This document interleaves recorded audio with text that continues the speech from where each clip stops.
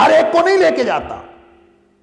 وما یزید الظالمین الا خسارا، ظالموں کے لیے تو خسارے کا باعث بنتا ہے.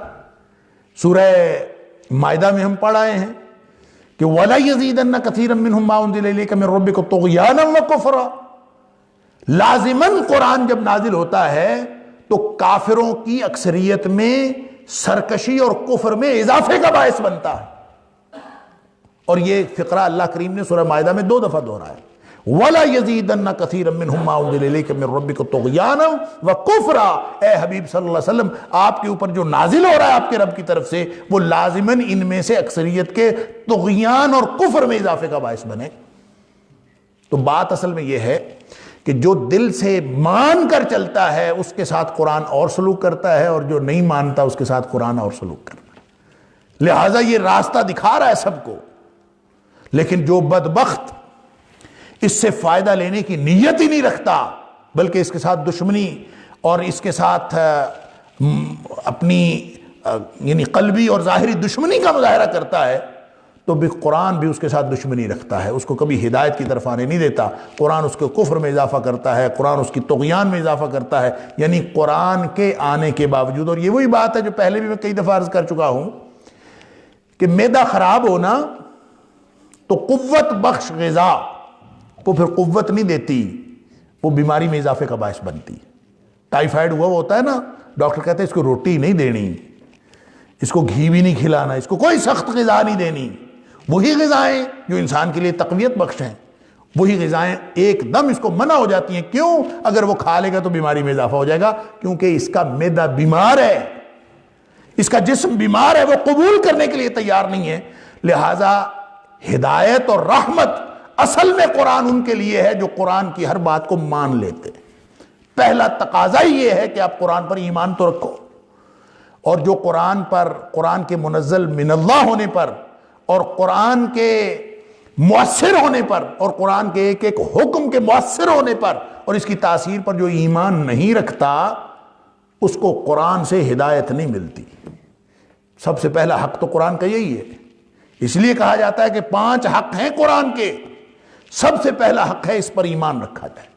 اگر ایمان رکھیں گے، اللہ کی کتاب ہے، اور ایمان رکھنے سے سب سے پہلا اثر یہ ہوگا کہ انسان کو اس قرآن کی اہمیت سمجھ میں آئے گی. ایمان رکھنے سے سمجھ آئے گی، وگرنہ نہیں آئے گی. ایمان کس بات پر؟ اللہ کا کلام. اگر آپ یہ سمجھتے رہیں کہ قرآن نعوذ باللہ من ذالک نبی پاک صلی اللہ علیہ وسلم نے خود گھڑ لیا، کوئی کہے کہ یہ کہیں اور سے آیا، کسی اور سے سیکھ لیا تھا، اگر قرآن کے بارے میں اس طرح کا کوئی ایک بھی شک شبہ ذہن میں ہو تو ظاہر ہے قرآن پر ایمان نہیں ہے. اور جب ایمان نہیں ہے تو قرآن کی اہمیت ہی ثابت نہیں ہوتی. اس لیے وہ جو سورہ زمر کے اندر اللہ تعالیٰ نے فرمایا کہ جو لوگ اپنے رب سے ڈرتے ہیں نا، اللہ نزل احسن الحدیث کتابا متشابہا مثانی تقشعر منہ جلود الذین یخشون ربہم، جن کے دلوں میں اللہ کا رعب ہے نا، جن کے دلوں میں اللہ کی خشیت ہے، وہ تو قرآن کا ایک ایک حکم سن کر، ایک ایک آیت سن کر ان کے تو رونگٹے کھڑے ہو جاتے ہیں. کیوں رونگٹے کھڑے ہوتے ہیں؟ اس لیے کہ ان کا ایمان ہے کہ یہ اللہ کا کلام ہے. اور جو صاحب کلام کا رعب، صاحب کلام کی جو ہستی ہے، اس کی خشیت جس قدر زیادہ ہوگی، اسی قدر آپ کو اس کے کلام کی اہمیت معلوم ہوگی. اور میں اکثر یہ مثال دیتا ہوں کہ اگر آپ کو کوئی شخص کہے کہ پکڑ لو، تو آپ کہیں گے ہے پاگل، پتہ نہیں کیا کہہ رہا ہے. آپ کا دوست کہے، کوئی اور کہے. لیکن اگر یہی بات علاقے کا تھانے دار کہے تو اس کی اہمیت ہے. تھانے دار نے کہا ہے بھائی پکڑ لو، ایک تھرتھلی مچ جائے گی، فوراً تھانے دار نے کہا. اور اگر یہی بات صوبے کا وزیر اعلیٰ کہہ دے تو پھر تو وہ بہت ہی اہم بات ہو گئی. پھر تو وہ پورے صوبے کی ایک خبر بن جائے گی، پورے صوبے میں ہلچل مچ جائے گی. اس نے کہا ہے پکڑو، لفظ وہی ہیں، صاحب کلام کی وجہ سے فرق پڑ گیا. اور اگر وہی بات پکڑ لو ملک کا وزیر اعظم کہہ دے اللہ اکبر، تو اب اس بات کی کیا اہمیت ہے؟ الفاظ وہی ہیں. صاحب کلام بدلتا جاتا ہے تو اس کلام کی تاثیر بدلتی جاتی ہے. کسی کو یہ پتہ تو ہو کہ یہ کس کا کلام ہے، یہ کلام جیسا ہے، یہ کسی کی سمجھ میں آئے یا نہ آئے، یہ تو یقین کرے کہ یہ کائنات کے شہنشاہوں کے شہنشاہ کا کلام ہے، کائنات کے خالق کا کلام ہے، رب العالمین کا کلام ہے. اور جس کے دل میں یہ خشیت آ گئی، سوال ہی پیدا نہیں ہوتا کہ قرآن پڑھنے سے اس کے رونگٹے کھڑے نہ ہوں. تقشعر منہ جلود الذین یخشون ربہم، جن کے دلوں میں اللہ کی خشیت ہے ان کے رونگٹے کھڑے ہوتے ہیں. ہمارے رونگٹے کھڑے نہیں ہوتے اس لیے کہ ہم نے کبھی قرآن کو اس حساب سے دیکھا ہی نہیں. ہم نے کامل ایمان کر کے اس طرح پڑھا ہی نہیں. ویسے آپ پڑھتے جائیں، ساری زندگی پڑھتے جائیں، آپ سرفیس پہ رہے، سمندر کے اوپر تیرتے جائیں ساری زندگی، بہت بڑے تیراک ہوں، ساری زندگی تیرتے جائیں تو تیر کے سفر کر جائیں گے، ہیرے جواہرات تک آپ نہیں پہنچ سکتے. وہاں پہنچنا ہے تو ڈبکی لگانی پڑے گی، غوطہ لگانا پڑے گا، سانس بند کرنی پڑے گی، صعوبتیں سہنی پڑیں گی اور نیچے تہ تک جانا پڑے گا، پھر جا کے ہیرے جواہرات ملتے. ایسے خواہ مل جائے، ساری زندگی پڑھتے رہے، کچھ بھی نہیں ہوتا. ہمیں فرق نہیں پڑتا قرآن پڑھنے سے. اور ایک ایک آیت کو پڑھ کر ہم جو دیکھتے ہیں اسلاف میں، ہم جو دیکھتے ہیں نبی پاک صلی اللہ علیہ وسلم ساری ساری رات ایک ہی آیت کو دہراتے چلے جا رہے ہیں، ساری ساری رات گزر گئی ایک ہی آیت دہراتے چلے جا رہے ہیں اور روتے چلے جا رہے ہیں. اور کتنی اسلاف ہیں اس طرح سے. تو بات اصل میں صرف وہی ہے کہ تقشعر منہ جلود الذین یخشون ربہم. دلوں میں اگر اس ایمان کے ساتھ قرآن پڑھا جائے کہ یہ اللہ کا کلام ہے، اللہ اکبر، تو پھر یہ وہ ہدایت بن جاتا ہے جو منزل مقصود پہ لے جانے والی ہدایت. پھر یہ رحمت بن جاتا ہے جو انسانوں کو، جو اہل ایمان کو اپنی لپیٹ میں لے لیتی ہے. ہر ایک کو تو اپنی لپیٹ میں نہیں لیتا قرآن، اس لیے کہ جو قرآن کی قدر نہیں جانتے قرآن ان کی قدر نہیں جانتا. انا عند ظن عبدی بی، حدیث قدسی ہے، اللہ فرماتا ہے کہ میں اپنے بندے کے گمان کے مطابق اس کے ساتھ معاملہ کرتا ہوں. بندہ اگر گمان رکھے اللہ کے بارے میں کہ اللہ میری نہیں سنتا، تو اللہ کو کوئی ضرورت نہیں ہے اس کے سننے کی. اللہ واقعتاً اس کی نہیں سنتا. اور جو اللہ پر یہ یقین رکھے اور یہ گمان رکھے کہ میرا اللہ میری سنتا ہے، وہ سیاہ رات میں سیاہ پتھر پر چلنے والی سیاہ چونٹی کو دیکھتا بھی ہے، اس کے قدموں کی آہٹ بھی سنتا ہے، وہ سمیع علیم ہے. اور اس کا اعلان ہے، جس کا یہ یقین اور ایمان ہو پھر وہ اعلان کرتا ہے کہ اجیب دعوت الداعی اذا دعان، کہ مجھے پکارنے والا جب بھی پکارے، کوئی وقت اور جگہ کی قید نہیں ہے، وہ جب بھی پکارے میں ہر ایک کی پکار صرف سنتا نہیں ہوں، اس کو ریسپونڈ کرتا ہوں. اجیب، اس کو میں جواب دیتا ہوں، اس کو قبول کرتا ہوں. لہذا یہ اس کا کلام ہے جس کے اندر اتنی غیرت اور انا ہے کہ جو اس کے بارے میں اچھا گمان نہ رکھے وہ بھی اس کے بارے میں توجہ نہیں کرتا. وہی غیرت اور انا اللہ کے کلام میں ہے. اللہ کا کلام بھی، اللہ کا قرآن بھی وہی غیرت اور انا رکھتا ہے. وہ عربی میں کہتے ہیں کلام الملوک ملوک الکلام. جو بادشاہوں کی بات ہوتی ہے نا، وہ باتوں کی بادشاہ ہوتی ہے. اور یہ جو شہنشاہوں کے شہنشاہ کا کلام ہے، اس کے اندر بھی وہی غیرت، وہی انا ہے جو اللہ کی ذات میں ہے. لہٰذا جو اس قرآن کی قدر نہیں جانتا، قرآن بھی اس کی قدر نہیں جانتا. ہدی ورحمۃ للمؤمنین، مومن بنو گے تو قرآن تمہارا رستہ بن جائے گا. مومن بنو گے تو یہ تمہیں منزل مقصود پر لے جائے گا. مومن بنو گے تو یہ تمہارے اوپر رحمت بن کے تمہیں ڈھانپ لے گا. رحمت کا مطلب ڈھانپ لینا ہے. اور اللہ کی رحمت ایک تو وہ رحمت ہے جو کافروں پر بھی ہے، جو مسلمانوں پر بھی ہے، جو ساری دنیا پر آگے بھی ذکر آ رہا ہے. اور الرحمن الرحیم میں بھی ہم پڑھائے ہیں کہ اللہ تو رحمان بھی ہے، رحیم بھی ہے. ایک وہ رحمت ہے جو سارے انسانوں کے لیے، ساری کائنات، ساری مخلوق کے اوپر اللہ کی رحمت ہے. ایک وہ رحمت ہے جو خاص اہل ایمان کے لیے. اور وہ جو نبی کریم صلی اللہ علیہ وسلم نے فرمایا کہ رحمت جو ہے، قرآن بھی کہتا ہے کہ رحمت جو خاص ہوگی قیامت والے دن وہ صرف اہل ایمان کے لیے ہوگی، دنیا میں سب کے لیے ہے، دنیا میں سب فائدہ اٹھا رہے ہیں، اللہ کا فوری عذاب نہیں آ رہا، ظالم ظلم کر رہا ہے، اللہ کا عذاب نہیں آ رہا، رحمت ہے۔ کافر کفر کر رہا ہے، اللہ کا عذاب نہیں آ رہا، اللہ کی رحمت ہے۔ کافروں کے کفر، ظالموں کے ظلم کے باوجود اللہ تعالیٰ ان کو روزی دیے جا رہا ہے، یہ اللہ کی رحمت ہے، اور یہ سب اللہ کی رحمت سے مستفید ہو رہے ہیں۔ لیکن قیامت والے دن جو رحمت ہوگی وہ خاص اہل ایمان کے لیے ہوگی۔ وَرَحْمَةٌ لِّلْمُؤْمِنِينَ، وہ صرف یہ قرآن رحمت بنتا ہے، جو اصل فائدہ دینے والی ہے، اخروی فائدہ، وہ صرف مسلمانوں کو ملتا ہے۔ دنیا میں واہ واہ تو کافر بھی کر سکتے ہیں قرآن سن کے، اور جو سماعتوں کی لذت اور لطف ہے وہ کافر بھی اٹھا سکتے ہیں، اور اٹھاتے تھے۔ نبی پاک صلی اللہ علیہ وسلم جب قرآن پڑھتے تھے تو کافر آ کے چھپ چھپ کے نہیں سنتے تھے، لطف لیتے تھے، وہ عربی جانتے تھے، وہ چونکہ ان کی مادری زبان عربی تھی، وہ جانتے تھے، وہ قرآن سن سن کے لطف لیتے تھے، اور وہ سننے سے رہ نہیں سکتے تھے۔ اور جو ہم نے پڑھا حدیثوں کے اندر کہ وہ آپس میں روز طے کر کے جاتے تھے بھی کل نہیں آنا بھائی، اور آئندہ نہیں سننا، پھر چھپ کے ایک دوسرے سے چھپ چھپ کے آ جاتے تھے، اور جب آپس میں ٹاکرا ہوتا تو پھر ایک دوسرے سے شرمندہ ہوتے تھے کہ پھر آ جاتے ہیں ہم سننے کے لیے۔ تو وقتی لذت ہو سکتی ہے اور سماعتوں کی لذت ہو سکتی ہے، کوئی اور فائدہ بھی ہو سکتا ہے، لیکن ہدایت نہیں مل سکتی اور رحمت نہیں بن سکتا قرآن، سوائے اس کے کہ کوئی شخص واقعتاً مومن بن جائے۔ تو یہ ہے وہ مضمون پورا جو اللہ تعالیٰ نے مختلف مقامات پر ہمیں سمجھایا ہے، اور یہاں بھی وَهُدًى وَرَحْمَةٌ لِّلْمُؤْمِنِينَ۔ اگر اللہ کی رحمتوں کا حقیقی فائدہ اٹھانا چاہتے ہو اور اس کتاب ہدایت کا حقیقی فائدہ اٹھانے چاہتے ہو تو سب سے پہلے ایماندار بننا پڑے گا، مومن بننا پڑے گا۔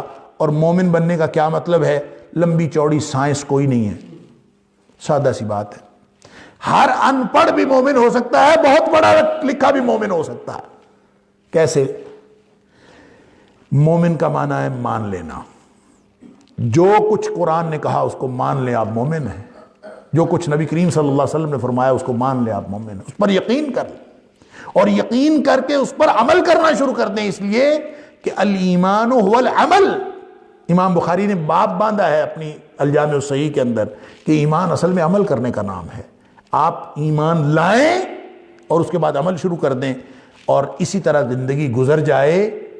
اسی لیے الذین آمنوا وعملوا الصالحات، الذین آمنوا وعملوا الصالحات، الذین آمنوا وعملوا الصالحات، اس کو الگ الگ نہیں کیا جاتا۔ مومن ہے تو فوراً عمل کرتا ہے، وہ یہ نہیں سوچتا کہ اب میں نے کیا کرنا ہے۔ قالوا سمعنا واطعنا، ایمان آنے کے بعد انسان سوچی پڑھ ہی نہیں سکتا، تردد میں انسان غائب ہو ہی نہیں سکتا۔ ایمان موجود ہو تو وہ صرف حکم سنتا ہے اور سرگرم عمل ہو جاتا۔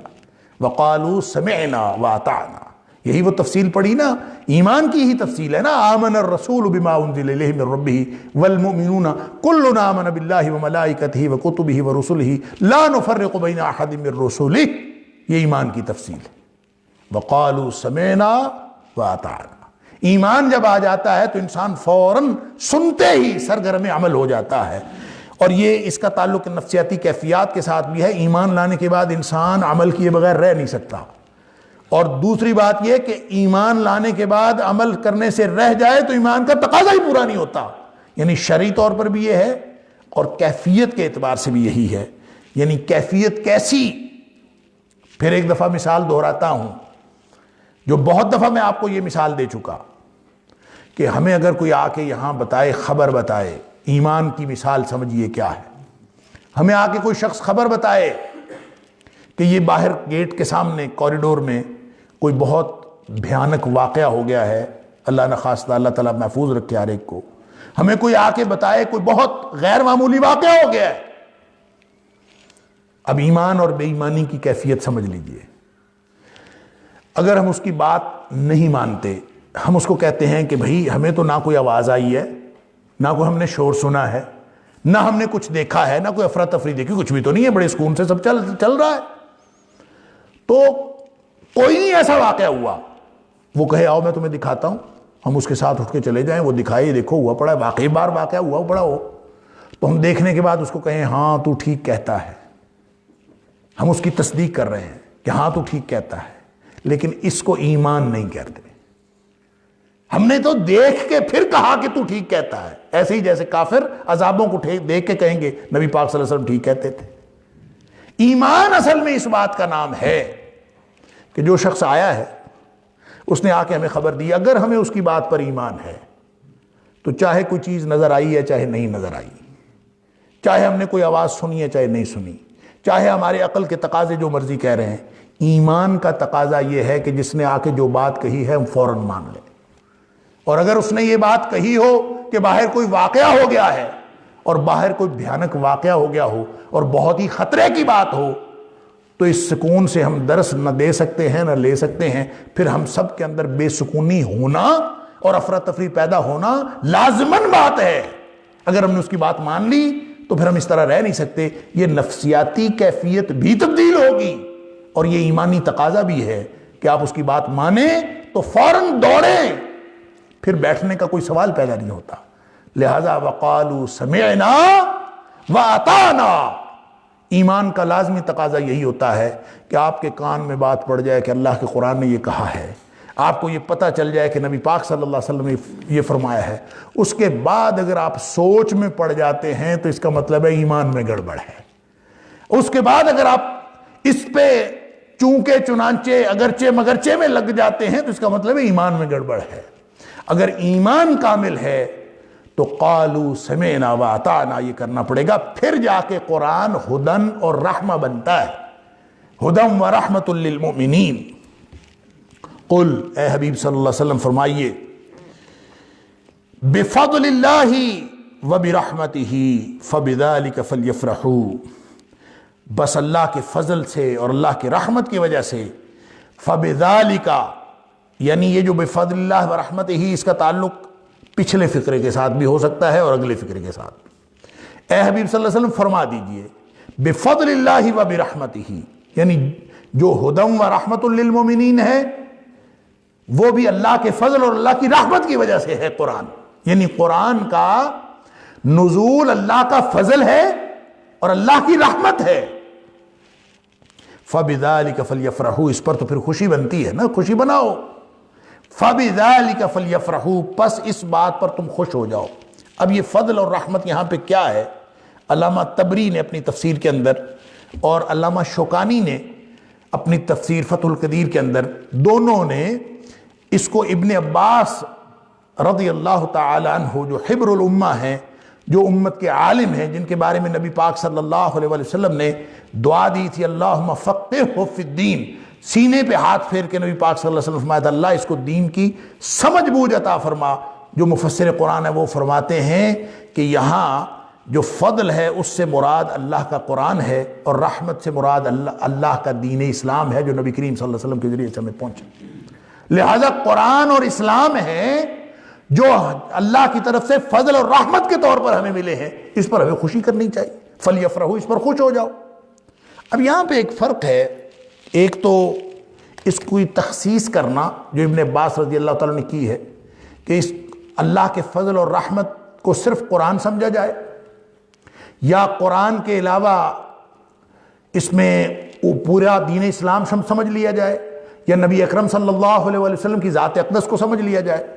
کوئی بھی تخصیص کر لینا، علامہ ابن کثیر علیہ رحمہ لکھتے ہیں کہ اگرچہ ابن عباس رضی اللہ تعالیٰ کی یہ تخصیص موجود ہے اور یہ تخصیص ہو بھی سکتی ہے، لیکن تخصیص کرنے کی ضرورت نہیں ہے۔ اللہ کی ہر نعمت اللہ کا فضل ہے اور اللہ کی ہر نعمت اللہ کی رحمت ہے۔ لہذا جب اللہ کی یہ قرآن بھی اللہ کی رحمت ہے، قرآن بھی اللہ کی نعمت ہے، اللہ کا فضل ہے، نبی اکرم صلی اللہ علیہ وسلم کی تشریف آوری بھی اللہ کی نعمت اور اللہ کا فضل ہے، اور اللہ کی دیوی ہر نعمت کون کون سی؟ ان تعدوا نعمت اللہ لا تحصوها، تم اللہ کی نعمتوں کو گننا شروع کر دو تم گن نہیں سکتے۔ اور نعمت دیکھو، ان کو فضل اور رحمت اس لیے کہا ہے کہ نعمت جو ہے وہ کسی ایک وہ نعمت ہوتی ہے جو قانون عدل کے مطابق ملتی ہے، یعنی کسی کارکردگی پر ملتی ہے، کسی محنت کے بدلے میں ملتی ہے، وہ بھی نعمت ہوتی ہے، وہ بھی انعام ہوتا ہے۔ لیکن وہ عدل کے تقاضے کو پورا کرتے ہوئے ملتا ہے، اور دوسرا انعام وہ ہوتا ہے جو عدل کے تقاضے کے مطابق انعام نہیں بنتا، پھر بھی عطا کرنے والا عطا کر دیتا ہے، وہ رحمت کے قانون کے تحت ملتا ہے اور فضل کے تقاضے کے مطابق ملتا ہے۔ فضل کیا ہے؟ فضل فا ضاد لام، میں پہلے بھی عرض کر چکا ہوں، یہ مادہ کسی ایڈیشنل چیز کے لیے آتا ہے، زائد کے لیے آتا ہے۔ فضل اس کا معنی کے اندر زائد چیز، یہ اگر فعول کے وزن پہ آئے جس کو فضول کہتے ہیں تو وہ نیگیٹیوٹی، اس کے اندر منفی معنی پیدا ہو جاتے ہیں۔ فضول بھی زائد ہوتا ہے لیکن وہ منفی معنوں میں ہوتا ہے، اور فضل بھی زائد ہوتا ہے لیکن یہ مثبت معنوں میں ہوتا ہے۔ لہذا اللہ کی کون سی نعمت ہے جو ہمارے استحقاق کی بنیاد پر ملی ہے، جو اللہ کے قانون عدل کے مطابق ہمیں ملی ہے؟ ہمارا تو اپنا وجود اللہ تعالیٰ کی رحمت کی وجہ سے ہے، ہمارا تو اپنا وجود اللہ کے فضل کی وجہ سے ہے، لہٰذا اس کی تخصیص کرنے کی ضرورت نہیں۔ ہر نعمت اللہ کی فضل ہے اور ہر نعمت اللہ کی رحمت ہے، لہٰذا اس پر خوشی کرو۔ فَلْيَفْرَحُوا فَبِذَلِكَ فَلْيَفْرَحُوا، اس پر خوشی کرو۔ یہ نہیں فرمایا خوشی مناؤ، فرمایا خوشی کرو۔ ترجمہ کرتے ہوئے آپ یہ بھی کہہ سکتے ہیں فَلْيَفْرَحُوا، خوشی مناؤ، خوش ہو جاؤ۔ فَبِذَلِكَ فَلْيَفْرَحُوا، اس پر لوگوں کو خوش ہونا چاہیے۔ خوشی ویسے کس کو کہتے ہیں؟ خوشی کسی عمل کا نام ہے؟ خوشی کسی جشن کا نام ہے؟ خوشی کسی تقریب کا نام ہے؟ نہیں، خوشی تو ایک حالت ہے، ایک کیفیت ہے۔ اور کس چیز کی حالت ہے؟ خوشی اصل میں کسی نعمت کے استفادے کے نتیجے میں، کسی نعمت سے فائدہ لینے کے نتیجے میں جو انسان اپنے دل میں کیفیت محسوس کرتا ہے، اطمینان کی کیفیت، اس کو خوشی کہتے ہیں۔ ضروری نہیں ہے کہ نعمتیں موجود ہوں اور آپ کو خوشی بھی ہو، ضروری نہیں ہے کہ نعمتیں موجود ہوں اور آپ مطمئن بھی ہوں۔ جب دل کے اطمینان کی کیفیت ہوگی تو وہ خوشی کی کیفیت ہے، اور نہیں ہوگی تو وہ خوشی کی کیفیت نہیں۔ اللہ اکبر۔ لہذا نعمت پر خوش ہونا ہے، وہ اطمینان قلب کی کیفیت حاصل کرنی ہے۔ اس کا تعلق جھنڈیاں لگانے سے نہیں ہے، اس کا تعلق کوئی روشنیاں لگانے اور اپنے آپ کو کوئی سیلیبریٹ کرنے کے ساتھ اس کا تعلق نہیں ہے۔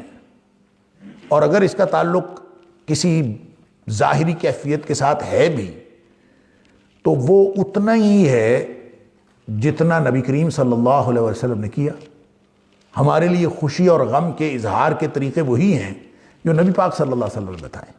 ہم اس سے زیادہ نہ خوشی کا اظہار کر سکتے ہیں نہ ہم غم کا اظہار کر سکتے ہیں، اس لیے کہ غم اس کیفیت کا نام ہے جو انسان جسمانی یا مالی یا کسی بھی طرح کی تکلیف کے نتیجے میں محسوس کرتا ہے۔ وہ غم ہے، وہ الم ہے، وہ درد ہے۔ اور خوشی وہ کیفیت ہے جو انسان کسی بھی نعمت کے نتیجے میں اپنے دل میں محسوس کرتا ہے۔ دونوں کے اظہار کا طریقہ ہمیں نبی پاک صلی اللہ علیہ وسلم سے معلوم، دونوں کیفیتیں فطری ہیں اور دونوں کیفیتوں کے اظہار کا طریقہ معلوم ہے۔ اس طریقے کو چھوڑ کر غم کا اظہار کیا جائے تو بھی گناہ ہے، خوشی کا اظہار کیا جائے تو بھی گناہ۔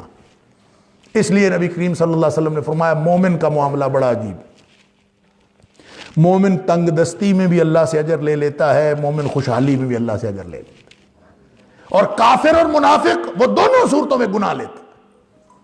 یعنی عجیب بات ہے، وہی کیفیت جب طاری ہوتی ہے مومن پر تو مومن ثواب لیتا ہے۔ کیوں؟ فرمایا اس کے اوپر تنگ دستی آتی ہے تو صبر کرتا ہے، اللہ سے دعا کرتا ہے، اجر لے لیتا ہے۔ اور اگر اس کے اوپر کوئی خوشحالی آتی ہے تو یہ شکر کرتا ہے اور شکر کرنے سے بھی اجر لے لیتا ہے۔